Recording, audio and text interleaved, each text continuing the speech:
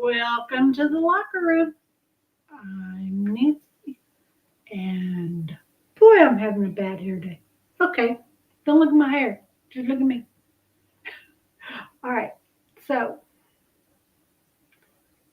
today we're going to be talking about the shocking trailside events that happened at Devil's Den State Park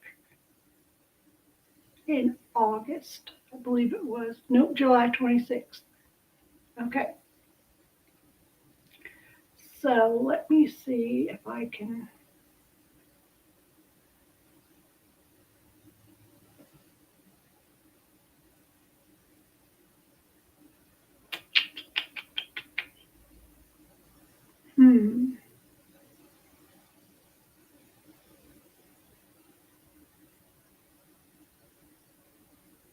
Oh, I know.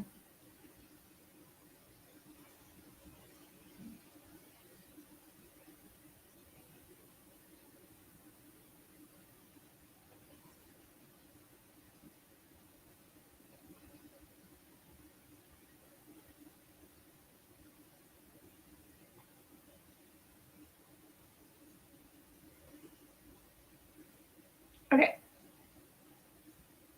Now I got to open. Now I can't see my other screen. All right. These are images from Devil's Den State Park from when my husband and my daughter and I actually went there. The Devil's Den Red Rums case, a shocking trailside double homicide. The Devil's Den Red Rum case refers to the brutal stabbing deaths of a married couple during a family hike in Arkansas's Devil's Den State Park on July 26, 2025. What began, is it not playing? Hold up.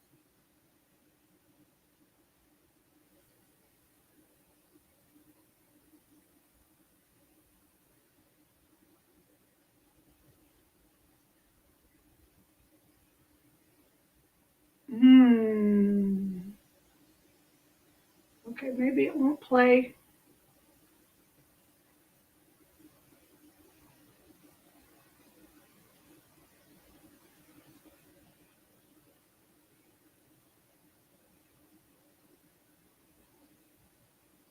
Okay. What began as a seemingly random act. Sorry, the waterfall. Random act of violence has captivated true crime enthusiasts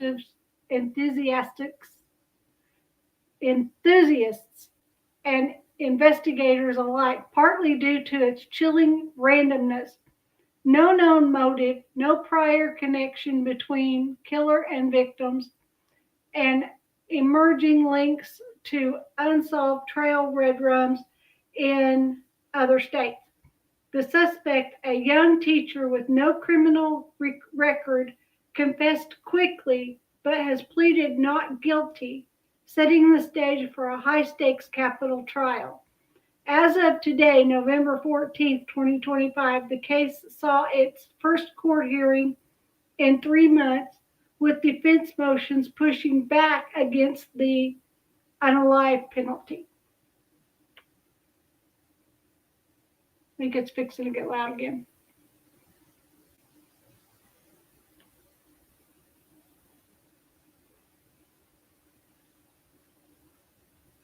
I guess not. I had sound overlay in this waterfall. I don't know what happened to it.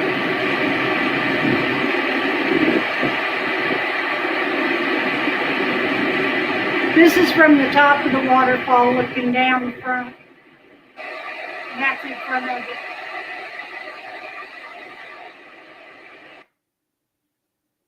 I just think that's beautiful. Okay. The attack unfolded around midday on a well-trafficked walking trail near the park's Yellow Rock trailhead.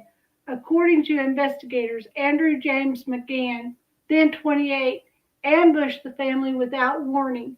He first targeted Clinton Brink, poking him repeatedly. Kristen, hearing the commotion, scooped up her two daughters and fled to safety before doubling back to aid her husband, only to be fatally poked herself. Both victims suffered multiple poke wounds to the chest and neck. Autopsies confirmed they passed away from exasnuating that, whatever that is, within minutes. McGann was also injured in the altercation, a self-inflicted wound or defensive cut, leaving his blood at the scene, a critical piece of evidence. Park rangers discovered the bodies after the girls, terrified and alone, flagged down hikers who called 911. They brutally shocked the tight-knit community. Devil's Den, just west of Fayetteville, is a family-friendly haven, not a hotbed for violence. No robbery or actual assaults was evident, deepening the mystery of why this couple was targeted. The suspect, an unassuming teacher with a dark secret, Andrew James McGann, now 29, was a recent transplant to Springdale, Arkansas, about 30 miles north of the park, where he was slated to begin teaching at a public high school in the fall. That's a hawk.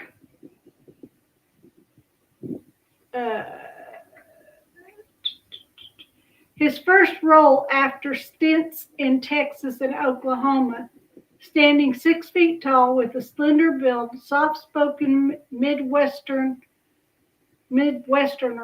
had no prior arrest, no documented mental health issues, and no ties to the Brinks. Friends and colleagues described him as quiet but kind with no red flags. Yet in a post-arrest interview, McGann calmly admitted to the pokings, offering no explanation. Police have ruled out any personal grudge, leaving random opportunity as the leading theory. Perhaps the thrill to unalive or impulsive rage. Investigation and arrest. A swift manhunt. The Arkansas State Police launched an immediate 5-day dragnet flooding the area with canine units, helicopters, and dive teams scouring nearby creeks.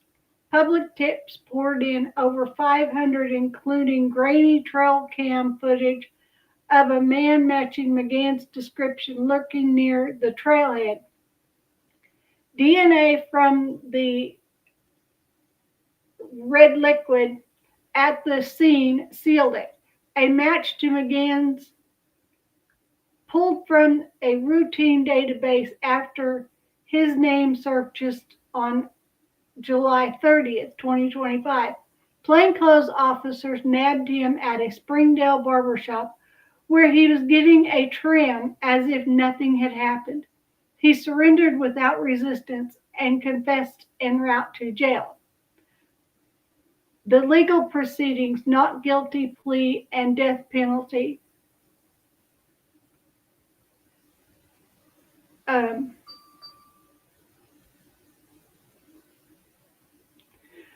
charged with 2 counts of capital red rum on July 31st, McGann faces life without parole or execution if convicted.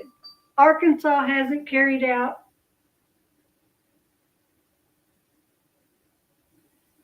Hello, H. Davis.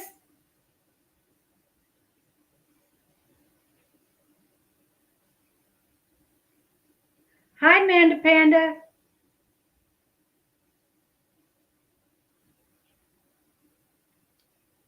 Okay. Arkansas hasn't carried out the death sentence since 2017, but prosecutors are aggressively pursuing it, citing the especially heinous nature of the crime. In a brief August 14th hearing, he entered a not guilty plea before Washington County Circuit Judge Joanna Taylor, who set the trial date for early 2026. Today marked his first court appearance since then, a procedural hearing at 8 a.m. where McGann, dressed in civilian clothes without visible restraints per a granted defense motion, appeared stoic. His legal team filed 19 new motions last week, including a bid to bar the DP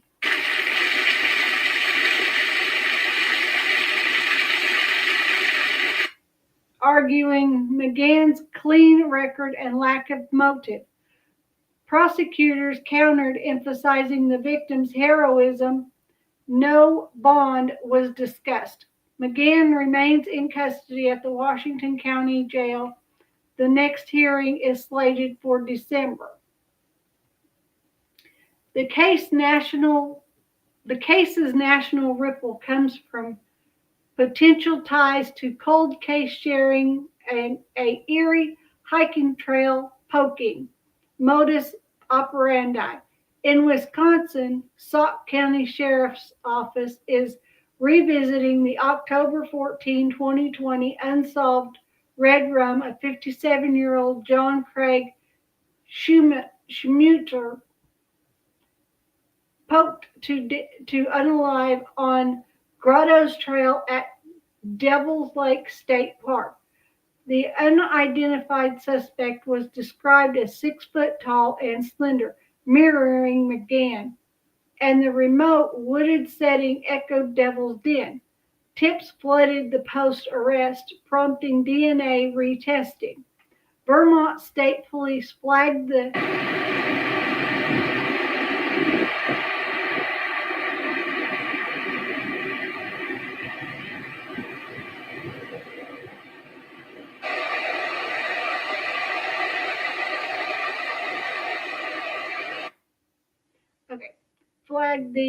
October 5th, 2021 bang bang unalive of 81-year-old Honoree Fleming on the Delaware and Hudson Trail in Castleton. But the method, pew pew versus poke poke, weakens the link. No direct McGann connection was surfaced. Other whispers pointed to similar unsolved trail attacks in Oklahoma and Texas, McGann's former homes, but nothing concrete. If proven, this could unmask a serial trail killer preying on hikes. The case has sparked debate on park safety, with Arkansas boosting trail patrols and cameras installed for families like the Brinks. It's a nightmare etched in grief, but their story of satisfaction or sacrifice endures. On July 26th, the Brinks family attacked on Devil's Den Trail. Clinton and Kristen unalived, daughters escaped unharmed. July 30th, McGann arrested at Springdale Barbershop after DNA match and tips confessed in interview. July 31, charged with 2 counts of capital red rum. August 14th, arraignment. Pleads not guilty. Next hearing set for November. August 7 through 14, links merged to Wisconsin 2020 Devil's Lake poking and Vermont 2021 rail trail bang bang. November 12th, 2025.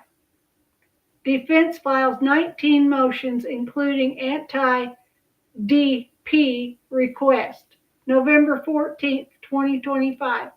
The first court appearance in 3 months. Procedural hearing. McGann appears unrestrained. Trial eyed for 2026.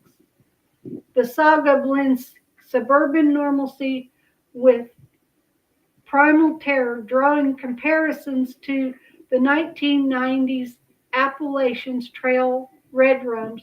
For deeper dives, check Arkansas State Police Update or True Crime pods like Crime Junkie, which covered it in September. What's your take? Random act or something more sinister? Okay. Drop that off the screen. And next we're going to,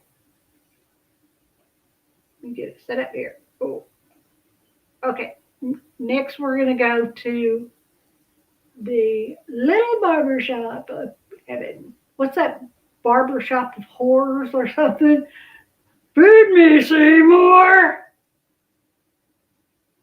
I like that movie. I'm sorry. I'm weak. I think this is the Lupita's Beauty Salon and Barbershop. That's so sad, but the community came together big time for those girls. Yes, they did. Yes, they did. And you and I had been having our own conflict at the time. And I messaged you to make sure you guys were okay because I'd heard it was the couple and you guys like to go hiking. And it scared me. I'm thankful that you and your husband are okay. Okay. So let's watch this one. This is from NCM WSCH TV from Portland, Maryland. Portland, Maine. I don't remember which one's NE. Do we have sound?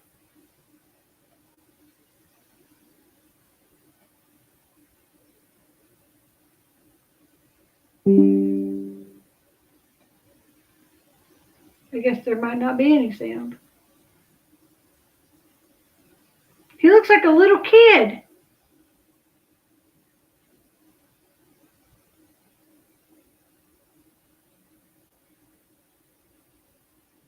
As a small business, you have sweet dreams of success, but likely not a lot of dough. Bitly has the tools you need to fully bake your marketing. Short links to help you sprinkle some likes and love on social media, QR codes that connect offline ads to online orders, and let's not glaze over.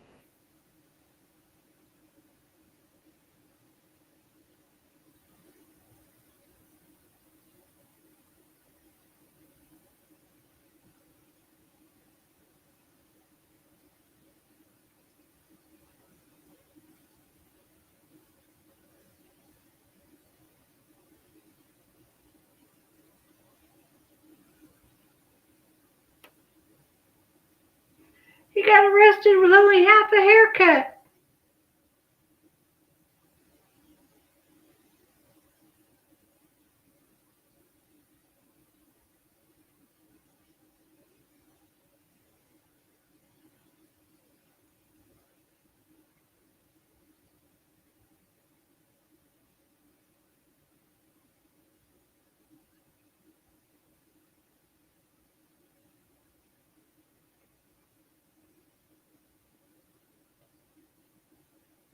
Okay, so, oh my gosh. He kind of looked cute when he had the longer hair. It was a barber shop. It was. Okay.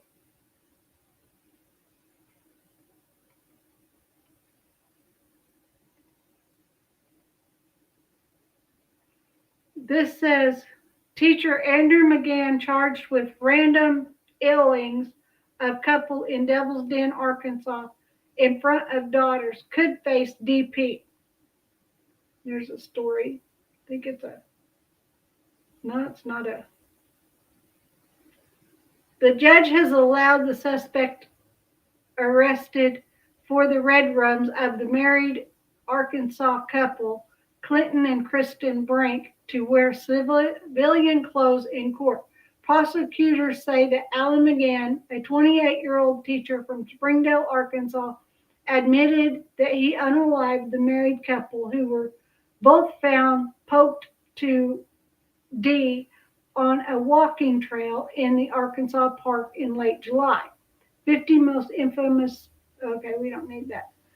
McGann was charged with 2 counts of capital red rum in the killings of Clinton and Kristen on July 30th.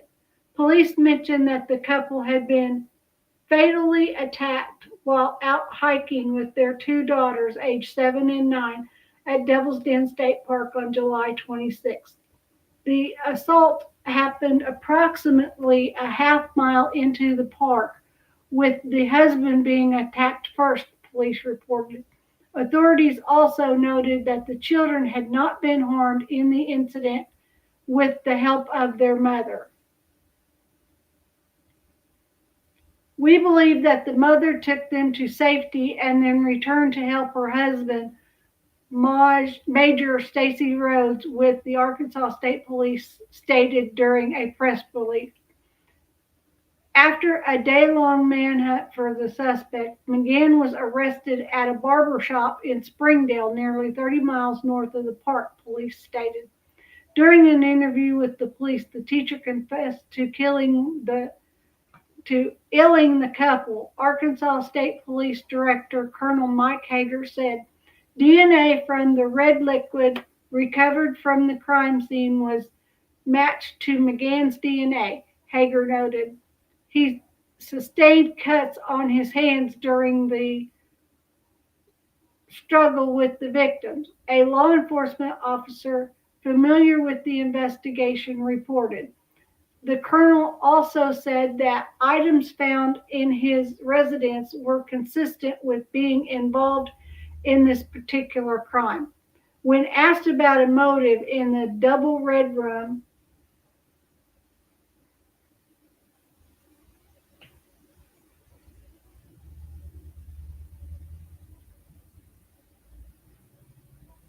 CJ snuck in without the doorbell camera catching him. Okay.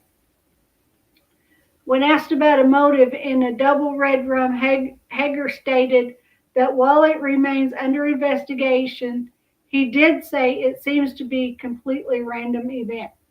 When we have no reason to believe that there was any known association between our suspects and our victims, he declared. He also said on Thursday that the victims passed away from poke wounds and the red rum weapon was a knife.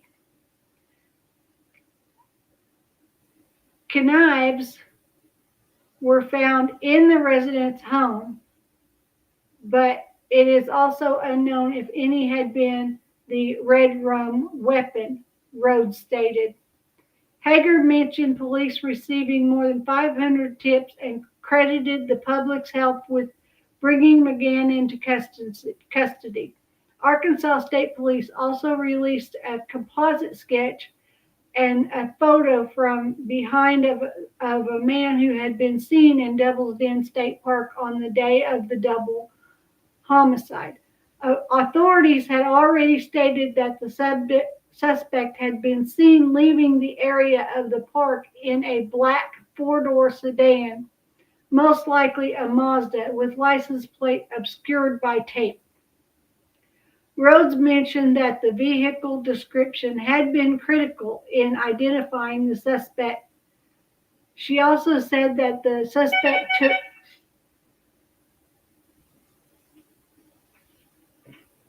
hold, please.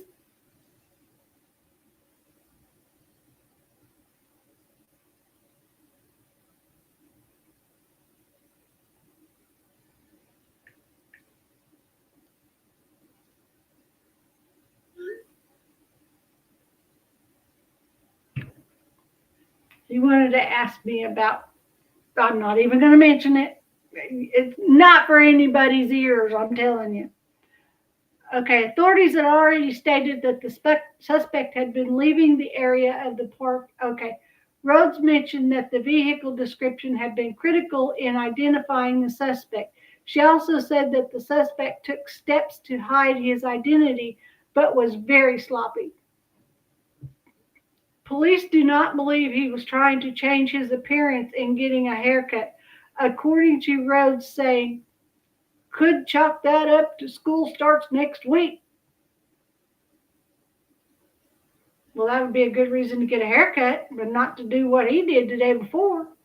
The Brinks children are safe and in the custody of their relatives, according to the police reports. Hager mentioned that the Brinks were a loving couple and credited their two daughters with helping in the case, stating that they are in awe of them. The information that they were able to provide to start us down this path to able to make this arrest. It all started with those two little girls, the colonel said. It's incredible. He said the couple has their third daughter who was not on the trail that day. They spelled trail wrong. I read it the way it was written, okay? It is my intention to use the full weight of my office to bring this defendant to justice for the Brinks family, Brandon Carter, the prosecuting attorney for Washington County, mentioned during a press briefing. Carter stated that the prosecutor's office is not going to waive the DP in this case. Well, that sounds good. I mean, he needs to get what he has coming to him.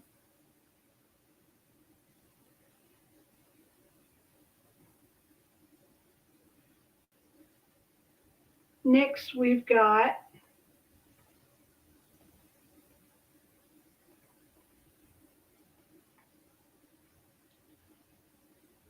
a bunch of junk. I can't get that to scroll. Hold on. Defense argues Sanders actually reinstated the DP so that it can be applied. Oh, really?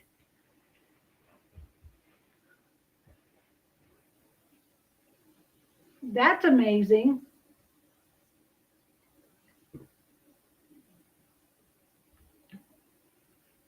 Well, I'd kind of say that An eye for an eye. Defense argues Arkansas Capital Red Rum Law unconstitutional in Devil's Den illings. What?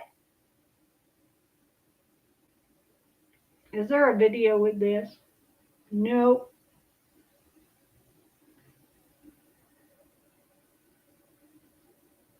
There he is. I guess he's in the courtroom. It's a very small courtroom. That looks like Sheriff Craddock. Darn.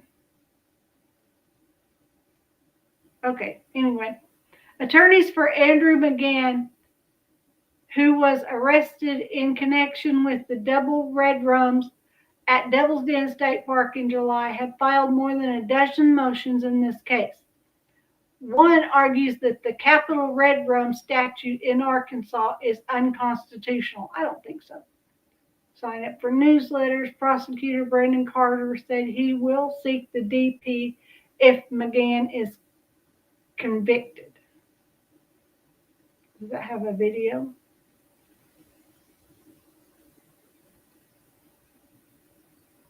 Okay, let me pull this video up for you.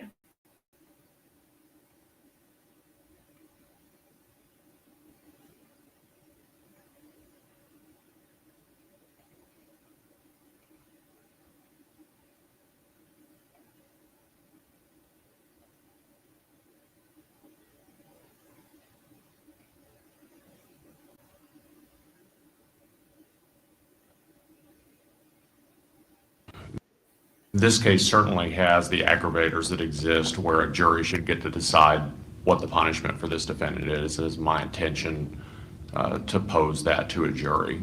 So the state will not be waiving the death penalty in this case. Wow.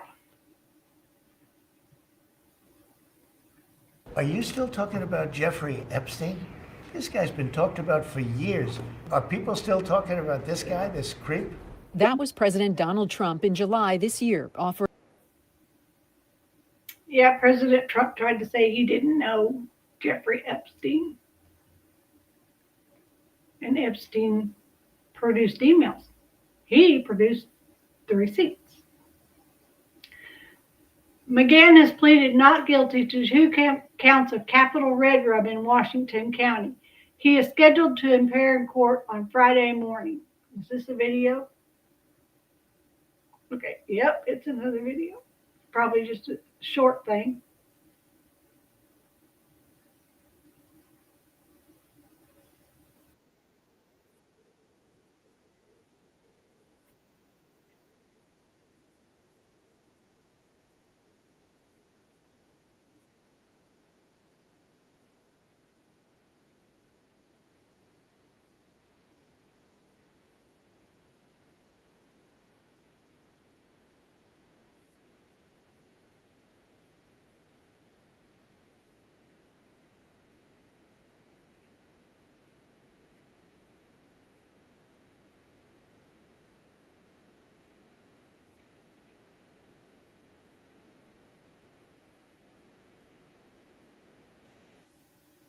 Okay.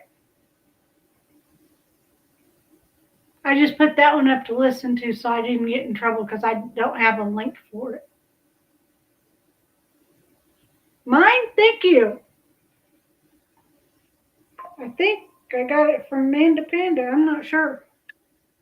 Oh, I know I didn't want the video to play on that because I didn't want to get copyrighted from 4029 because I'm already using some of their stuff that I do have marked with links, but that I didn't have. Okay. Is there a video for this? Okay.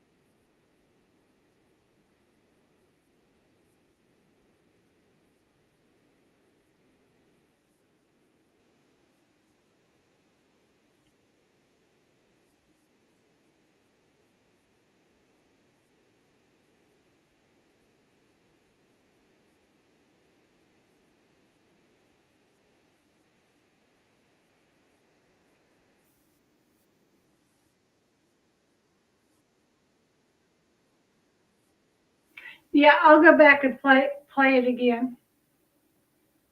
It's like 3 minutes long. You remember that bridge where we took all them pictures?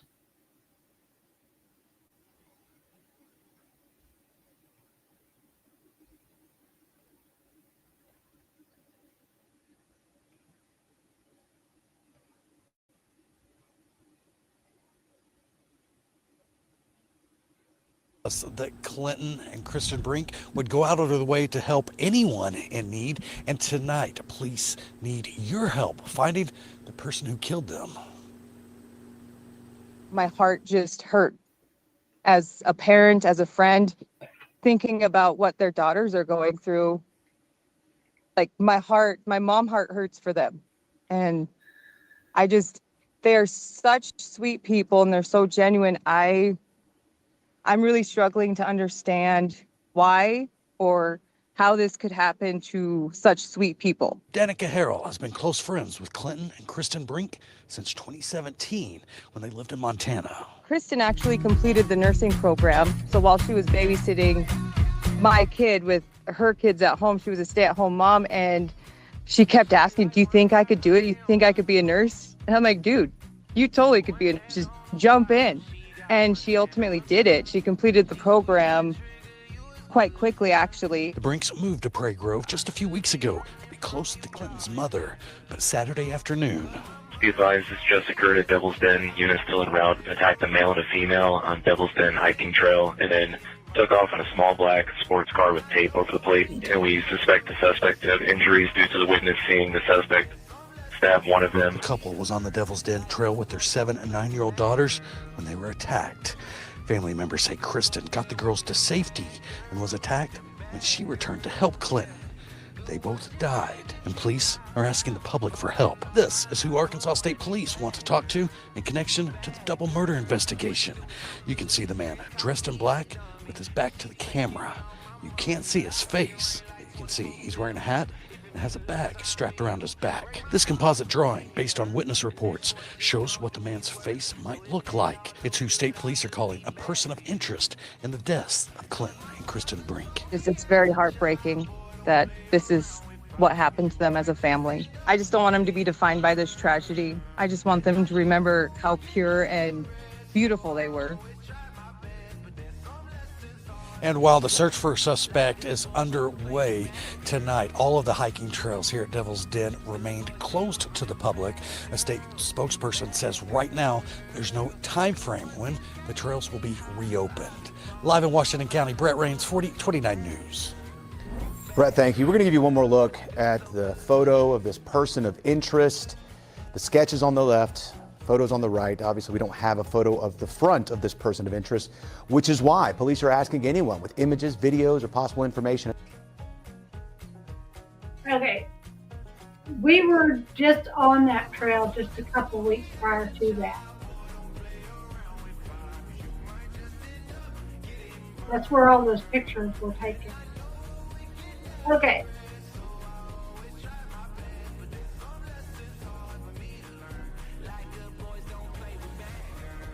State police arrested Andrew James McGann after a 5-day search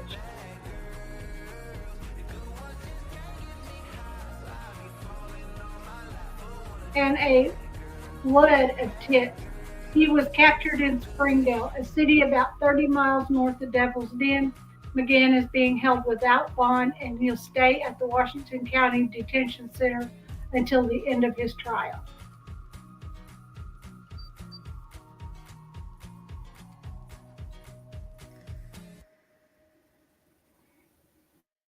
Okay, next. Has anybody noticed how many rock stars had died since Ozzy Osbourne died?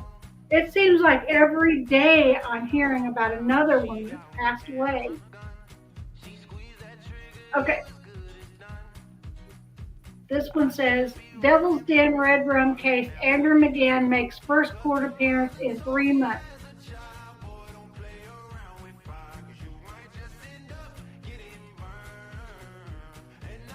As a small business, you have sweet dreams of success, but likely not a lot of dough. Bitly has the tools you need to fully Live from 5 News, this is Breaking News. And welcome and thank you for joining us on this special edition on 5 News Plus with some breaking news. We, Jacob Luthi here, Bo Russell, we had just witnessed Andrew McGahn appearing in court today here at the Washington County Courthouse. This is about 3 months after he was first arraigned at the Washington County Detention Center. Again, that was 3 months ago, about August 14th. Back in court today. It was a pre-trial hearing to kind of discuss the status of this case, to figure out where we're at right now. Let's talk a little bit about just from your perspective, Bo, about what you saw inside the courtroom today, what stood out, what did you notice? Yeah, absolutely. Well, the first thing I noticed was how packed it was, right? I go to a lot of court cases. Usually there's a small crowd. Oh, please.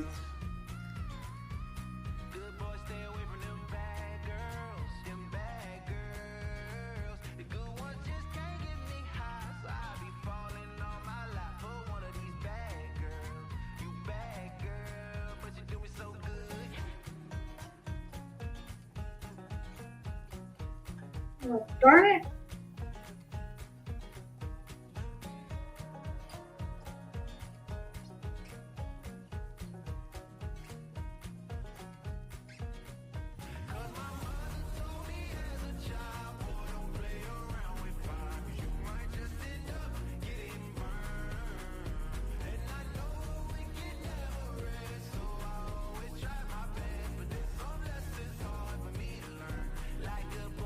I just got a message about a 5-year-old boy. Here it is.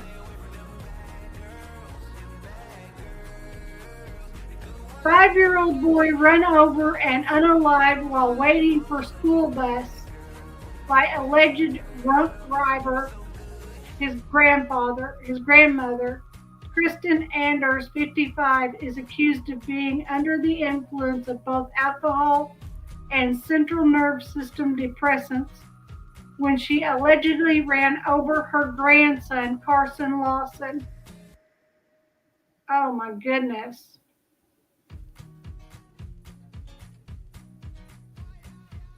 Oh my goodness.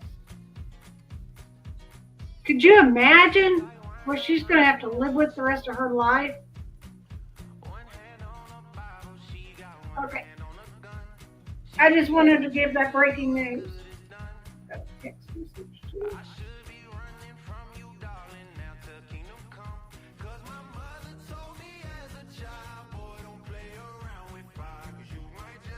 okay. Now let's finish watching this. Out for bigger cases, but this was standing room, right? There were people standing to watch. It was extremely packed. It also started pretty late. It was set to start at 8 o'clock. They started around 8:25. So I was noticing that. Also noticing just the demeanor. Everyone was a little on edge, right? This is the first time that Andrew McGahn made an appearance in court where people could actually be present and watch. And I was nervous. I think there was nervousness in the room. We've heard a lot. And again, Andrew McGahn, alleged suspect in this case, innocent until proven guilty. But there was a sense of uncertainty about what was going to happen today. At least Looks that's what like I felt. he's Did mad. you get a similar sense? Yeah, and just for those at home who may be unfamiliar with this case, right? Andrew McGahn is accused of killing Clinton and Kristen Brink at Devil's Den State Park back on January 26th of this year. He was found on July 30th at a beauty salon in Springdale. He's facing 2 counts of capital murder. The prosecution is seeking the death penalty. Now we know that earlier and let's talk about a little bit about what he wore, right? Earlier, or a couple weeks ago, the prosecution or the defense had asked that McGahn appear in court in civilian clothing without visible restraints. From what we saw, that's what it was. I mean, we saw him walking in. He was in a white button-up T-shirt. He was in a red tie. He had brown khakis on. That's what we expected, right? That's kind of what the judge had granted. Again, defense thinks that he might be prejudiced if there were potential jurors watching, seeing him in that orange garb. They might assume guilt. That's the reason why defense counsel does this. So, again, that's what he was wearing in court today. They heard there were 19 motions that they filed this week. About 4 were granted, relating about disclosure of files, But again, not anything regarding with the sentencing, about the death penalty. That will all be discussed in the spring. Right, yeah, they did address a few motions, and there was no objection to those by the prosecution that the defense raised. I do want to mention Andrew McGann's demeanor a little bit. We've heard a lot of things. I think we've all kind of made certain assumptions just by the nature of this case. He was very calm. His voice, not exactly what I was expecting, kind of a very quiet, soft voice. So I was surprised by his demeanor in that sense. And then going back to what you were saying about the motions filed, I talked to Prosecutor Brandon Carter after the case. We talked about what hearings are going to look like moving forward. A motion that was not mentioned today was the defense's motion to take the death penalty out of this case. Well, I talked to Brandon Carter. He said they still have every intention of pursuing the death penalty in this case, but he also mentioned it's going to take years, right? And I think today we really felt that. The courtroom was full. It was full of people. Again, standing room only.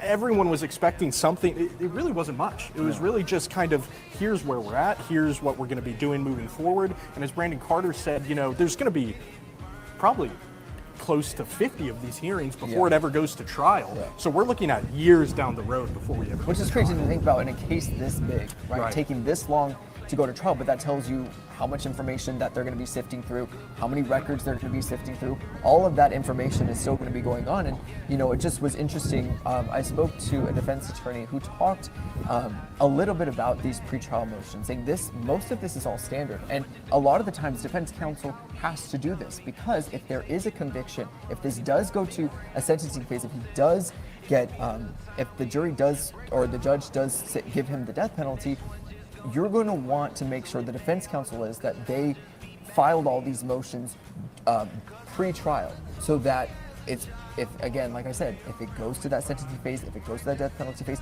it's going to go to appeals. And so they want to be able to say that they covered the rights of their defendant, that they covered their client's rights. Well, and I think, that's not just a prerogative that defense attorneys have. I think Judge Joanna Taylor is also taking enormous steps to ensure that this trial, the hearings, everything happens above board, right? Following procedure. Today, a little bit interesting, Andrew McGann, when he was brought in, we were waiting with cameras, hoping to get a first look at him as he came in. Kind of tricked a little bit, right? Yeah, a little bit of a decoy. So where we thought he was going to be brought in, there was a sheriff's car that came into the driveway. Kind of, all the officers kind of came towards that area. You had me and our photographer Will here. You had other photographers from other stations here, already with our cameras, and they pulled back. And all of a sudden, they get a thumbs up from another officer, and the car drives away. Right. So we were like, well, did we just get decoyed? And it turns out we did. They actually brought McGann through a side of the building from one of the officers. They said that is because of the judge. And again, like you just mentioned, maybe trying to cover all these bases, maybe trying to make sure that there is not a potential juror out there that's maybe watching that sees him and maybe assumes guilt. And so again, covering all these bases, but very interesting day in court today for sure. Just like I said, you were there that day of where we got the call that the suspected killings had happened. You showed up to Devil's Den State Park. Having been there on the ground that day, but having been here, kind of talk about that experience. Yeah, absolutely. Well, this has been, I feel very connected to this case, right? I was actually coming back from Oklahoma covering a different story. We got a tip that police had been called to Devil's Den. I was driving past, might as well go check it out. It's on the way back. So I get there, and it was apparent immediately that something big had happened, a large police presence. And throughout the rest of that week, as the manhunt went on for Andrew McGann, it was this sense of not knowing, what happened, who did this, right? And again, Andrew McGann's still the alleged suspect in this case. But seeing him here today, it is a little bit of a retrospective of everything up to this point. Everything from here out is all, it's all attorney work. It's all the evidence has been collected. And so that phase of the investigation is over, and at least as far as we know. So today, seeing him in court, seeing all this taking place, it does take a little bit of the urgency off and kind of go towards, again, what we were talking about with Brandon Carter saying that this is going to take years, that today really did kind of put a cap on that manhunt. Even though he's been in custody for months now, seeing him in court, it's like, okay, we have a suspect, now we can move forward with this case. And let's talk a little bit about this case. If we have any video of kind of that when we were there at Devil's Den State Park on that day. Let's talk a little bit about the history of this case. Now, again, McGann is accused of killing Kristen and Clinton Brink at Devil's Den State Park on July 26th. They say the couple was hiking with their 2 daughters when they were attacked. The 2 girls, aged 7 and 9, we were told by police, are now safe. They are with their family. This sparked a multi-day manhunt. I mean, we had state, federal, local. We had every agency you can think of here looking for this man, and not a lot of information. That's one of the things that we had talked about a lot early on in this manhunt, was the amount of information being shared with us. They ended up telling us later on that the lack of release of information had a lot with not wanting to spook him, not wanting him to run away, maybe go somewhere, and maybe it worked because look, he was found on July 30th at a barbershop in Springdale. He was getting a haircut. Right? He felt comfortable enough to be outside to go show himself at a haircut. That is where police found him. We have video of when he got apprehended too. And I want to touch on that a little bit. The police, a lot is going to come out as we learn more in these hearings. I'm hearing for every time I go and talk to I wonder if the lady at the hair salon called him in, called the police and told them that he was in her shop. sheriff in a different county, they're all talking about how they followed this case and all the different methods that could have been used. And it's one of those things, we hear about the U.S. military, right? It's probably 30 years ahead of where we think it's at. Same thing here with police work, detective work. They probably used methods that we don't even know about yet. Because this manhunt was, when you think about it, really done in such a short time, only 5-6 days until they found the suspect who, like you said, found in a barbershop, seemingly thought he might have gotten away with it. Yeah, and it's just interesting, like you said, like I had mentioned a second ago, not wanting to spook him. I mean, the pictures that we got were of, I remember, it was the one of his backpack. There was no sign of. We had the drawing and we had that picture. Right. No distinct visual information of maybe what he looked like. So again, they were very specific about what information they released. Now, they found him again on July 5th at the barbershop. Now that there's a preliminary report that investigator noticed wounds on his hand as well as blood located inside of the vehicle. McGann first appeared in front of a judge on August 1st, where he was formally read his rights, appointed his attorney, and then arraigned 2 weeks later. That was the arraignment that we were not allowed, the media was not allowed into. But a little bit about touching on the fact that, what was it that night or the day after they found him? You have the governor, you have the Arkansas State Police Director, Mike Hagar, you have Arkansas State Parks Director, Secretary as well, all showing up in front of the camera and saying, we have our guy. Absolutely. From hearing from defense counsel, there has to be something definitive or something that where they believe they absolutely have their guy. To have the governor and all these people standing up in front of the entire state, in front of the entire country, this is a national story, saying, we have our guy. This is him. He's in custody. Maybe to put a lot of minds at ease. Maybe to put a lot of people at ease. I know there was a lot of unease happening in the state, but maybe they believe they have their guy. Absolutely. Well, today Brandon Carter, he commented he can't say anything about the evidence that they have right now. But prior to the gag order, he said we are very confident that we have our suspect in this case. So they have evidence pointing towards Andrew McGann being the suspect in this case. And again, he's innocent until proven guilty, but they definitely feel confident that they have caught their suspect. And you mentioned Governor Sarah Huckabee Sanders coming up to Northwest Arkansas to make that announcement. I think that really goes to show just how much this case impacted people. It's such a tragic story. Children were there when it happened, involved in this case. And I also think it shows how resilient this community is, coming around those children with the GoFundMe, making sure that they're safe. And so, it's a very sad story, but we really have seen the best in the community and law enforcement, in attorneys, judges. A lot of good is coming around. Yeah, and you think about that too, about they got thousands of tips, whether that's people calling in saying, hey, I think I saw this person, or whether that's video that maybe someone was taking a selfie and maybe they were in the background, right? They got thousands of tips from the entire community during this time. They said that was instrumental in them being able to apprehend him. So like you mentioned with the community there, but again, kind of just recapping a little bit about what today, what happened, right? This was... Okay.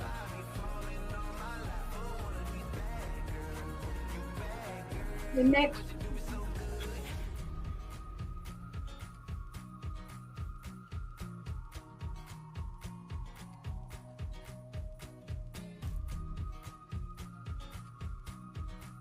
Okay, this is day 2.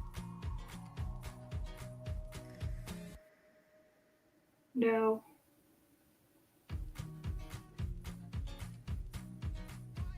That's somebody else's trial. I'm sorry.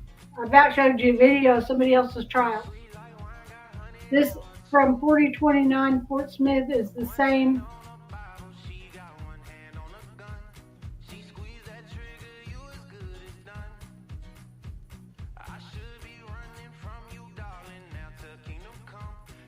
Same as what we just heard on that news podcast.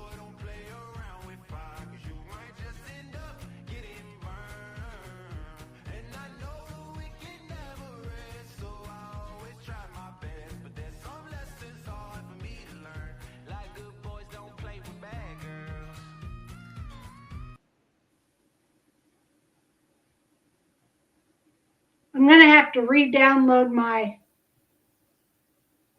what do you call it?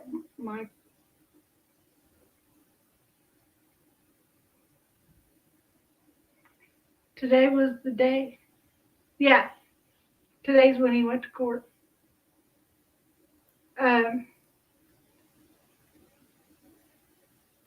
So, it says Fayetteville, Arkansas, KNWA, AFTA, or KFTA, I'm sorry, Washington County judge scheduled a new hearing in the Andrew McGann case on Friday in his first court appearance in more than 3 months.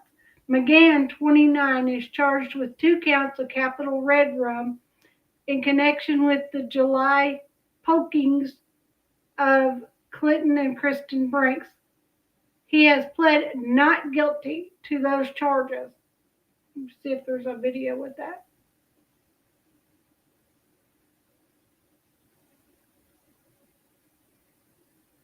No, there's just a chalk drawing. Okay.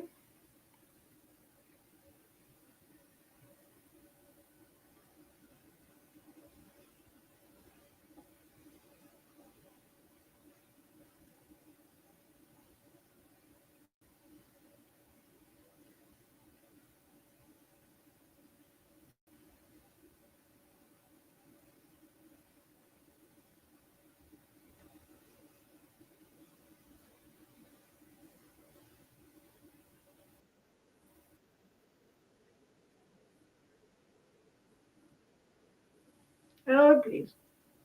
Pull up the screen.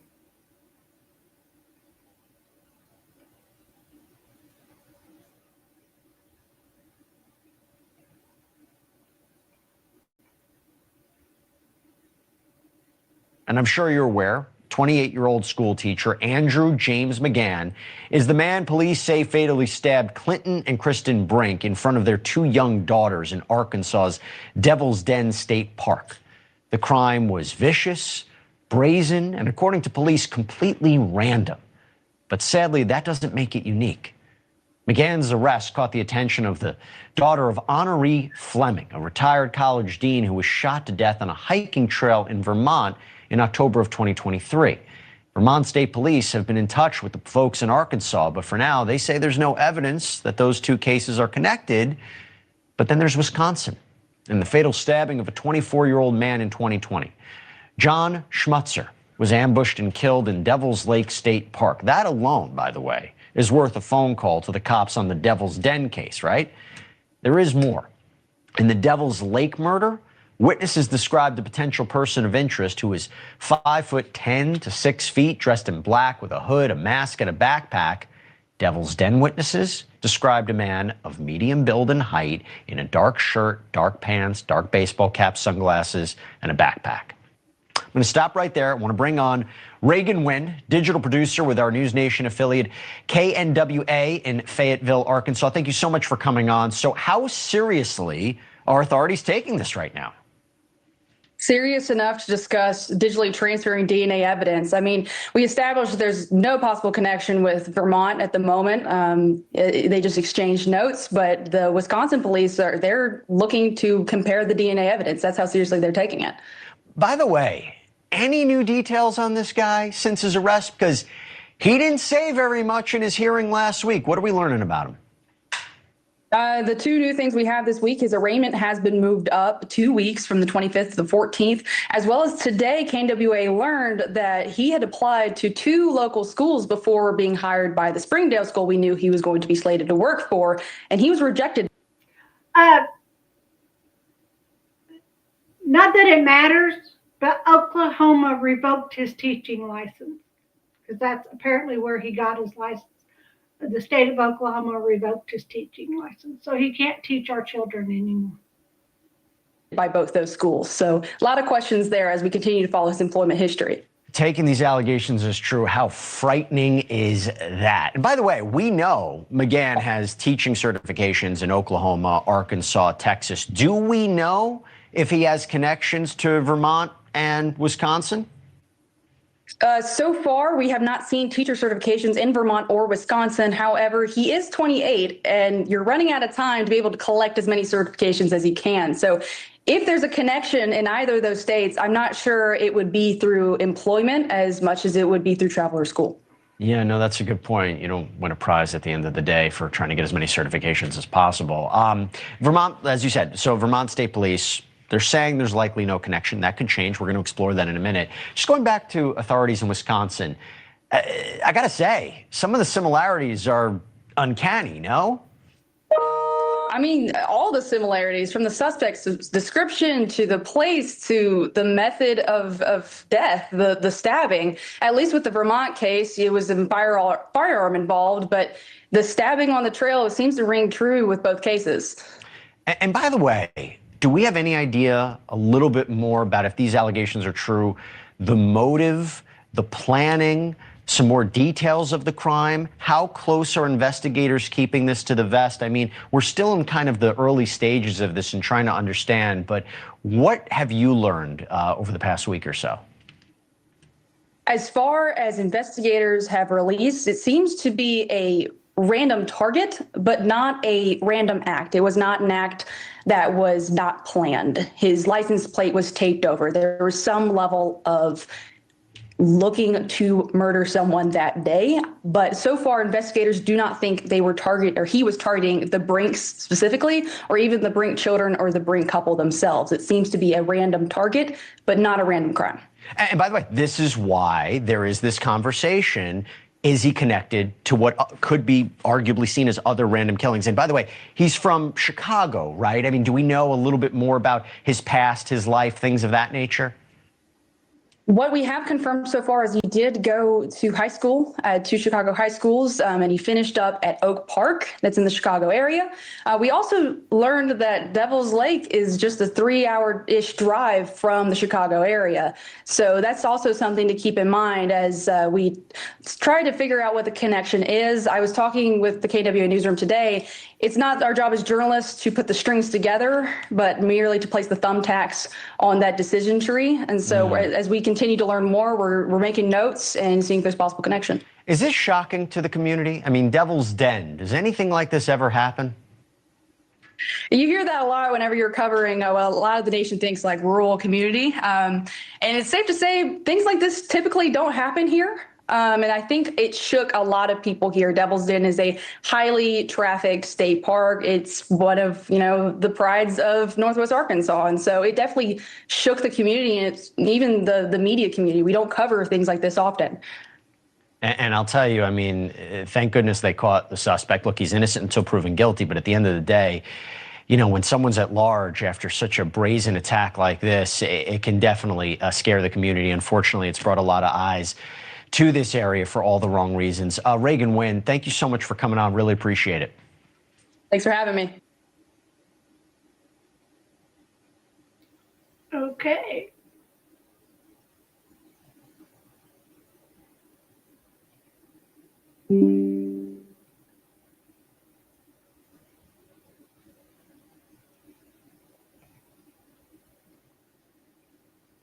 Okay. Judge Joanne Taylor scheduled status hearing for McGann's case on January 15th. McGann appeared in court in civilian clothes and without visible restraints after his counsel filed motion to allow him to do so, which was subsequently approved by the judge. A slew of motions were filed by McGann's attorneys days before his appearance. The motions including one that would exclude the DP as a sentencing option and squash information on the grounds that the DP is cruel and unusual punishment. Let's see what this one does.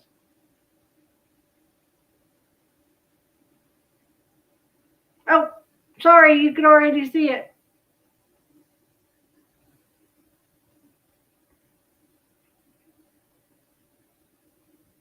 I don't have sound.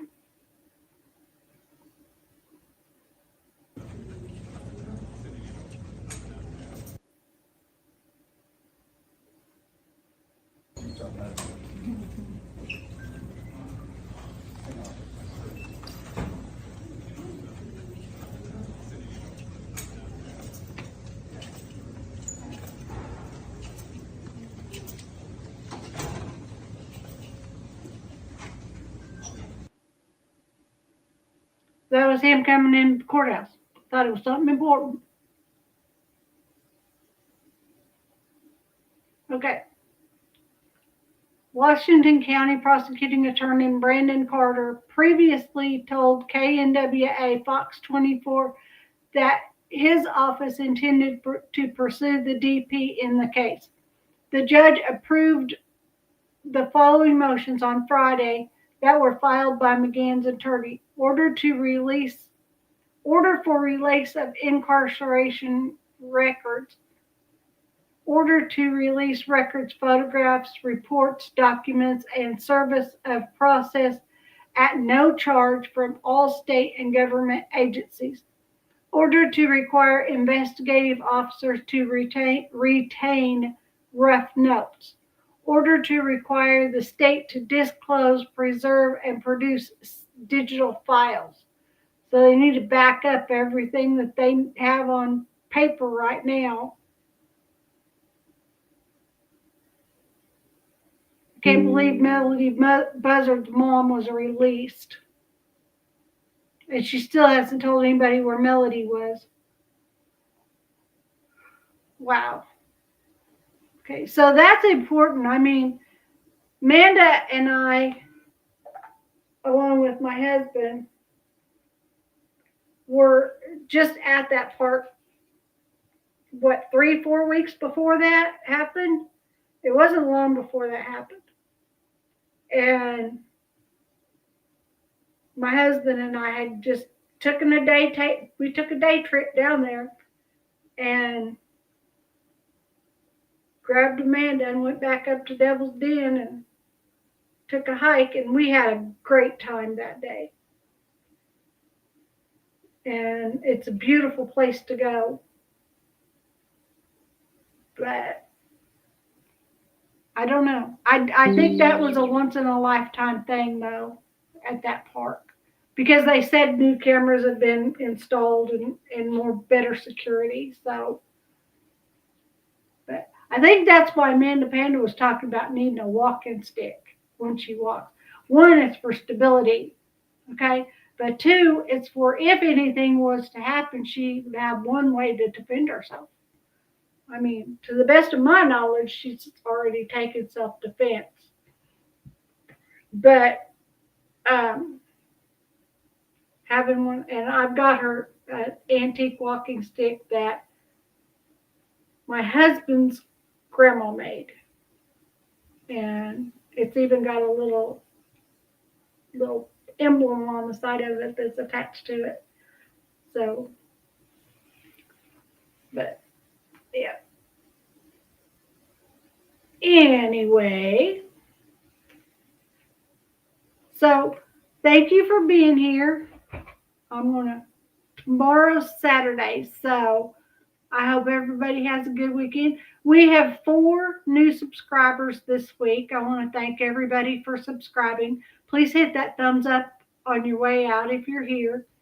And I really appreciate y'all being here. And do something nice for someone, even if it's be the reason that they smile today, and search for crime.